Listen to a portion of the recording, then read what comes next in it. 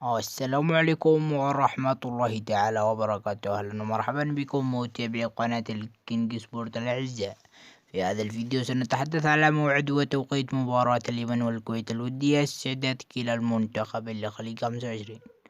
ولكن قبل البدء بالتفاصيل لا تنسوا دعمنا باللايك واشتراك للقناة وتفعيل زر الجرس كي يصلكم كل جديد، وشاركونا آراءكم بالتعليقات. وهيا لنبدأ. تأتي هذه المباراة مباراة ودية، تاريخ المباراة 20/22/12 يوم 28. وأما عن توقيت المباراة ستنطلق صافرة المباراة في تمام الساعة 9 مساء بتوقيت اليمن وبغداد ومكة المكرمة، وفي تمام الساعة 8 مساء بتوقيت مصر. نكون بهذا قد وصلنا لنهاية الفيديو. دمتم في أمان الله.